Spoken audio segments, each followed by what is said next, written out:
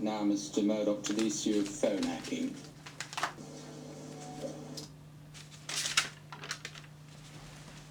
I'm taking notes.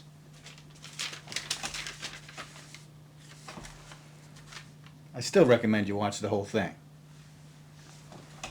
The evidence to the inquiry might be said to demonstrate that News International were not cooperating with the police. Well, I don't agree with that. We, if I may defer, we appointed a special law firm to look into this and to aid our cooperation with the police. Well, that's not the evidence we've had at all, Mr. Murdoch. The evidence we've had conclusively demonstrates that the law firm you mentioned produced, I think, just one document, which we know not to represent the position at all, and one way or another, News International were being obstructive. Does that not shock you? That shocks me deeply, and I was not aware of it, and I've not heard of it until you just said that. News International are still claiming privilege in relation to advice given by the law firm you mentioned. This is Burton Copeland. You know that, don't you?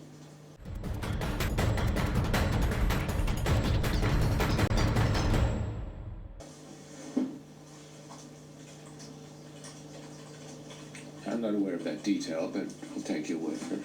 Well, it's a detail which emerged when you gave evidence before the Select Committee on the 19th of July of last year. You knew the position then, but one law firm, I think I spoke about a second law firm. Harbottle and Lewis, privilege was waived. Burton Copeland, privilege has not been waived.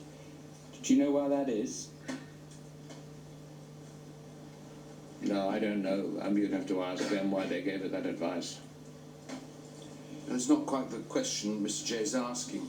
You appreciate that communications between a lawyer and his client are privileged. Yes, sir.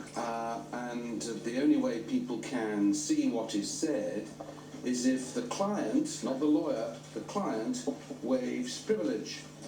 And in the spirit of openness, your firm or your company, the company, waived privilege in relation to the work that was done by Harbottle and Lewis.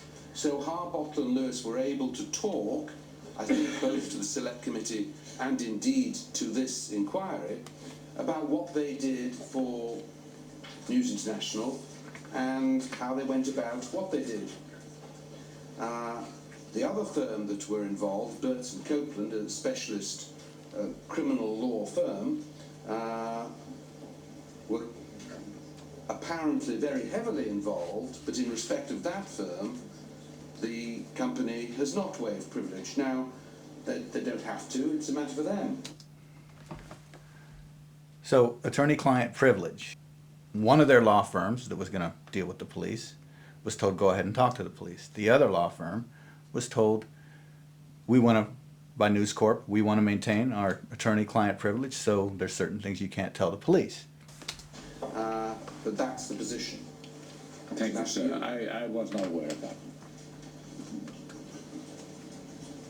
But it doesn't alter the fact that the police said they were satisfied this was a rogue reporter and were closing their file.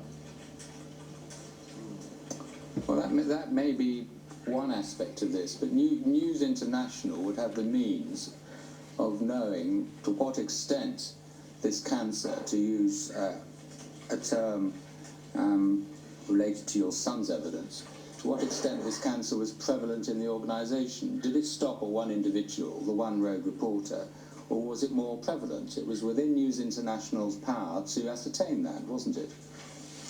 I think the senior executives were all informed, and were all misinformed and shielded from anything that was going on there.